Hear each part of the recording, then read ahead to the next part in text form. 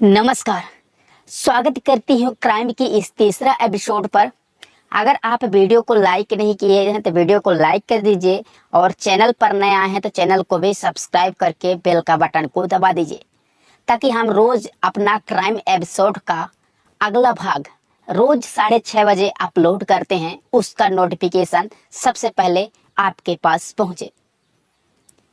आज का वीडियो या फिर आज का कहानी बहुत ही दिलचस्प है। ये कहानी पिछले 5 साल पहले हुए एक मर्डर की है, एक कत्ल की है।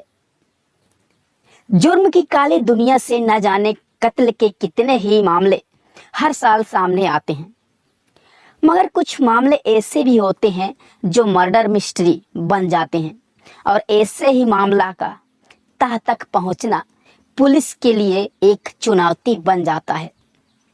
कातिल पुलिस की सोच से आगे होता है और पुलिस उसकी तलाश में पीछे, मगर कातिल ये भूल जाता है कि गुनाहगार चाहे कितना भी शातिर हो, एक ना एक दिन कानून की गिरफ्त में आ ही जाता है, क्योंकि कानून के हाथ इतने लंबे होते हैं कि कोई भी अपराधी उनसे बचकर नहीं जा सकता। कुछ ऐसी ही कहानी है छत्तीसगढ़ में कोरबा की न्यूज एंकर सलमा सुल्ताना की। सबसे पहले आपको जानना जरूरी है कि कौन थी सलमा सुल्ताना। कोरबा के उपनगर कुसमुंडा की रहने वाली 18 साल की सलमा सुल्ताना एक सामान्य परिवार से ताल्लुक रखती थी। वो खूबसूरत होने के साथ साथ बेहद टैलेंटेड थी। उसने महज 10वीं की पढ़ाई करने के बाद साल 2016 में टीवी की पत्रकारिता की दुनिया में कदम रख दिया था। वह स्क्रीन पर आई और अपने टैलेंट के बलबूते कम ही समय में अपनी पहचान बनाने में कामयाब रही। उसने एंकरिंग के साथ ही रिपोर्टिंग, स्टेज शो और अन्य कार्यक्रमों में भी अपनी प्रतिभा दिखाई थी। असल में वह किसी बड़े टीवी चैनल में एंकर बनने का ख्वाब देख रही थी। कुछ लोग कहते हैं कि वह सुनहरे पर्दे पर भी अपनी किस्मत आजमाना चाहती थी, मगर उसे नहीं पता था कि एक अनहोनी उसका इंतजार कर रही थी। सलमा की जिंदगी में सब कुछ ठीक चल रहा था। वह अक्टूबर 2018 का दिन था। रोज की तरह सलमा काम पर जाने के लिए कुसमुंडा से कोरबा के लिए निकली थी, लेकिन उस दिन वो लौटकर अपने घर नहीं पहुंची। इसके बाद उसके परिवार के लोगों ने उसे तलाशना शुरू कर दिया। उन्हें इस बात का बिल्कुल अंदाजा नहीं था कि उनकी ये तलाश लंबी होने वाली थी। घर वाले लगातार उसे तलाश करते रहे, लेकिन ना तो उसका कोई सुराग मिला, ना ही उसके बारे में कोई दूसरी जानकारी मिली। न्यूज एंकर सलमा के लापता हो जाने की खबर कोरबा के मीडिया कर्मियों और आम लोगों के बीच फैल चुकी थी। लिहाजा उसे लेकर कई तरह की अफवाहें भी उड़ने लगी थी। कभी उसके मुंबई चले जाने की अफवाह ने जोर पकड़ा तो कभी उसके अफेयर की बात लोगों के बीच चर्चा का विषय बनी। लेकिन सलमा के लापता हो जाने की वजह कोई सही नहीं जानता था। जब सलमा के परिवार वाले उसे तलाश कर थक चुके थे, तब उन्होंने पुलिस के पास जाने का फैसला किया। सलमा के गुम हो जाने के करीब 2 महीने बाद यानी जनवरी 2019 में उन्होंने कुसमुंडा पुलिस थाने में जाकर सलमा की सुल्ताना की गुमशुदगी दर्ज कराई। मगर हकीकत ये भी थी कि पुलिस ने भी महज गुमशुदगी दर्ज कर खानापूर्ति की थी। तमाम आधुनिक सुविधाओं के बावजूद सलमा की तलाश के लिए पुलिस ने कोई भी गंभीर कदम नहीं उठाया था। धीरे धीरे वक्त का पहिया आगे बढ़ता रहा। साल बीतते रहे और सलमा का मामला पुलिस की फाइलों में दबकर रह गया। धीरे धीरे परिवार की उम्मीद भी टूटने लगी थी। लेकिन इसी साल 2023 में जिले में तैनात एक आईपीएस अफसर रविंसस गुड़िया ने कुसमुंडा थाने के लंबित मामलों की समीक्षा की। उस दौरान इन्होंने सलमा सुल्ताना केस की फाइल देखी तो वह हैरान रह गए। उन्होंने पाया कि इस केस की जांच में कमी थी और लापरवाही साफ दिख रही थी। आईपीएस ने समीक्षा करने के बाद एसपी रॉबिन्सन ने इस केस को फिर से दोबारा शुरू की और मामले की छानबीन फिर से शुरू की। आईपीएस अफसर रॉबिन्सन ने अपने अधीनस्थों से इस केस से जुड़े सभी लोगों को बुलाने और पूछताछ करने का फरमान जारी किया। उनका यह कदम इस केस में अहम साबित होने वाला था।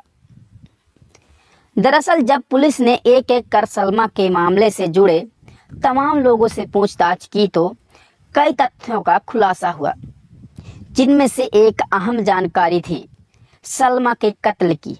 जी हाँ, इसी साल 30 मई को पुलिस को पता चला कि सलमा अब इस दुनिया में नहीं है, उसका कत्ल हो चुका है।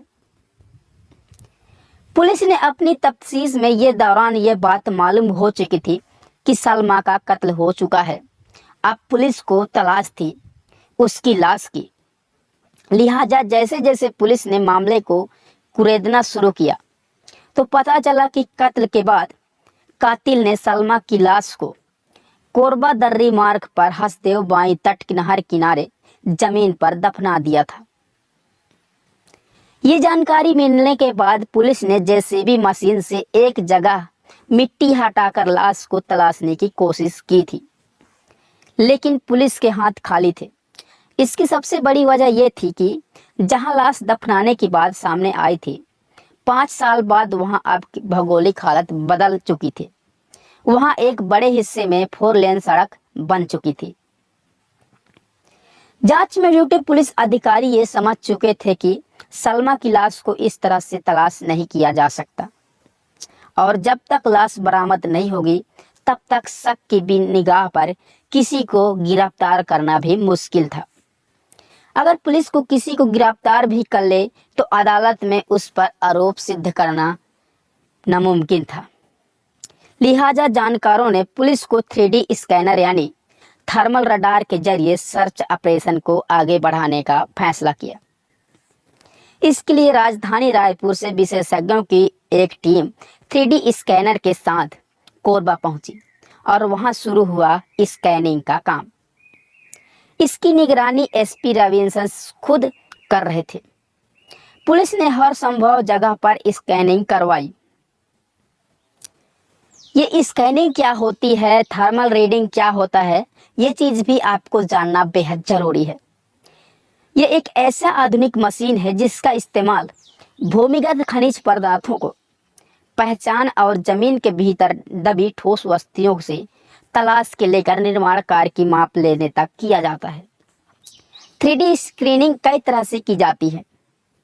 यही वजह है कि जमीन में दबे ठोस या सामान्य मिट्टी की संरचना से अलग किस्म की आकृति का पता लगाने के लिए 3D स्क्रीनिंग तकनीक का इस्तेमाल किया जाता है। इस मशीन से जमीन पर लेजर किरणें प्रवाहित की जाती है जो जमीन के भीतर 20 फीट तक की गहराई में मौजूद संरचना और दूसरे वस्तुओं की आकृति का इमेज अपने कंप्यूटर की स्क्रीन शो पर करती है। हालांकि अलग अलग खोज के लिए अलग अलग मशीनों का इस्तेमाल किया जाता है। अब पुलिस को 3D स्क्रीनिंग की मदद से एक सुराग मिला। इसके सहारे पुलिस ने अदालत से इजाजत लेकर कोहड़िया दर्री मार्ग पर खुदाई की और वहां से एक बोरे में बंद करके दफनाया गया एक कंकाल बरामद कर लिया। पुलिस ने मौके पर FSL की टीम को भी बुला लिया था। प्रारंभिक जांच में यह बात साफ हो गई थी कि वह लड़की का कंकाल था। पुलिस ने कंकाल को कब्जे में लेकर जांच के लिए भेज दिया था। इसी दौरान तफ्तीश में पुलिस को एक और भी बात पता चला। सलमा ने कोरबा के एक बैंक से लोन ले रखा था जिसकी किस्त का भुगतान 2018 तक कोरबा का एक युवक कर रहा था, मगर 2019 से उसने लोन की किस्त देना बंद कर दिया था।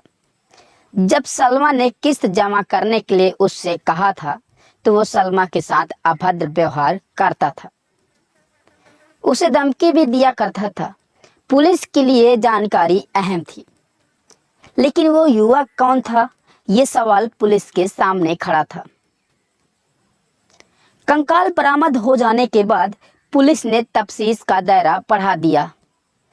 पुलिस कातिल को पकड़ने के लिए हर मुमकिन कोशिश करना चाहती थी, लिहाजा मुखबिर की एक्टिव कर दी। तभी पुलिस को पता चला कि सलमा का एक लड़के के साथ अफेयर था, जिसका नाम था मधुर साहू। मधुर साहू वो बिलासपुर का रहने वाला था और कोरबा में जिम चलाता था। कहानी पहले दोस्ती और बाद में प्यार की थी। पुलिस ऐसा कदम नहीं उठाना चाहती थी जिससे मधुर साहू को भागने का मौका मिल जाए या उसे शक हो जाए, लिहाजा पुलिस उसकी निगरानी की। इस बीच पुलिस ने मधुर साहू की एक नौकरानी के बारे में पता चला, जिसे पुलिस ने पूछताछ के नाम पर उठा लिया। पुलिस ने नौकरानी से सवाल जवाब शुरू करने के लिए किया तो उसने सलमा के कत्ल का पूरा मामला बेनकाब कर दिया। उसने पुलिस को बताया कि सलमा का मर्डर 2018 में ही कर दिया गया था। उसके कत्ल को मधुर साहू ने अपने कुछ दोस्तों के साथ अंजाम दिया था, लेकिन सलमा को खत्म करने के बाद से मधुर साहू फरार हो गया था। पुलिस ने जब ये केस रीओपन किया था तो तभी शक के आधार पर मधुर साहू के मददगारों को भी पुलिस ने हिरासत में लेकर पूछताछ की थी। तभी सलमा की लाश को कोर्रा दर्री मार्ग पर मौजूद भवानी मंदिर के पास दफनाने की बात सामने आई थी। पकड़े गए आरोपियों की निशानदेही और जानकारी के आधार पर पुलिस ने मुख्य आरोपी मधुर साहू को भी गिरफ्तार कर लिया।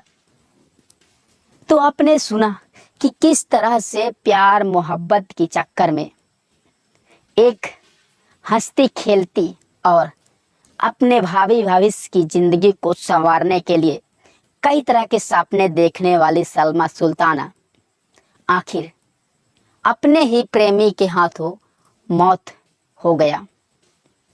क्राइम का यह एपिसोड कैसा लगा कमेंट सेक्शन पर जरूर लिखिएगा। रोज क्राइम एपिसोड का हर भाग सुनने के लिए हमारे चैनल को सब्सक्राइब करें और वीडियो को लाइक नहीं किए हैं तो वीडियो को लाइक करें।